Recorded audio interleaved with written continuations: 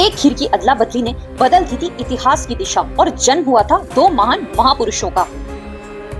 तो ये कथा जुड़ी है महर्षि ऋचिक की, उनकी पत्नी सत्यवती और उनके वंश से, जहां आगे चलकर जन्म लेते हैं भगवान परशुराम और विश्वामित्र जी। तो महर्षि ऋचिक ने अपनी पत्नी सत्यवती के लिए पुत्र प्राप्ति के लिए उन्होंने एक विशेष हवन किया। दो विशेष प्रकार की खीरें तैयार करी। पहली खीर ब्राह्मण गुण वाली हुई, जिसमें शांत, तपस्वी, ज्ञानवान पुत्र के लिए बनाई गई थी, और दूसरी खीर क्षत्रिय गुणों वाली थी।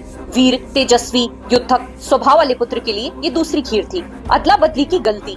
सत्यवती की माता, जो स्वयं भी पुत्र की चाहत रखती थी, उन्होंने सोचा ऋषि ने अपनी पत्नी के लिए बेहतर खीर बनाई होगी, इसलिए उन्होंने दोनों खीरों की अदला बदली कर दी। सत्यवती ने खा ली क्षत्रियों वाली खीर और उनकी माता ने खा ली ब्राह्मण गुणों वाली खीर। जब महर्षि ऋचिक को यह सब पता चला तो वे क्रोधित हो गए।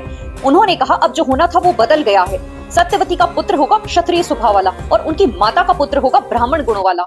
सत्यवती ने जब विनती करी, मेरे पुत्र में ऐसा उग्र स्वभाव ना हो महर्षि, तब महर्षि ने कहा, ठीक है, यह प्रभाव तुम्हारे पुत्र में नहीं बल्कि तुम्हारे पोते में दिखाई देगा। सत्यवती के पुत्र बने जमदग्नि, जो कि एक शांत ऋषि थे। दूसरी ओर सत्यवती की माता जी के वंश में हुए थे विश्वामित्र जी ऋषि, जो कि जन्म से ही क्षत्रिय थे, लेकिन आगे चल करके तपस्या से भी ब्रह्मर्षि बन गए थे। ब्रह्मर्षि अर्थात ब्रह्मा के मानस पुत्र। और जमदग्नि ने अपनी पत्नी के साथ में एक पुत्र हवन का आयोजन किया, जिससे उन्होंने भगवान परशुराम जी को प्रकट किया, जिनमें क्षत्रिय जैसा क्रोध और शक्ति थी, जिन्होंने 21 बार क्षत्रियों का विनाश कर दिया था।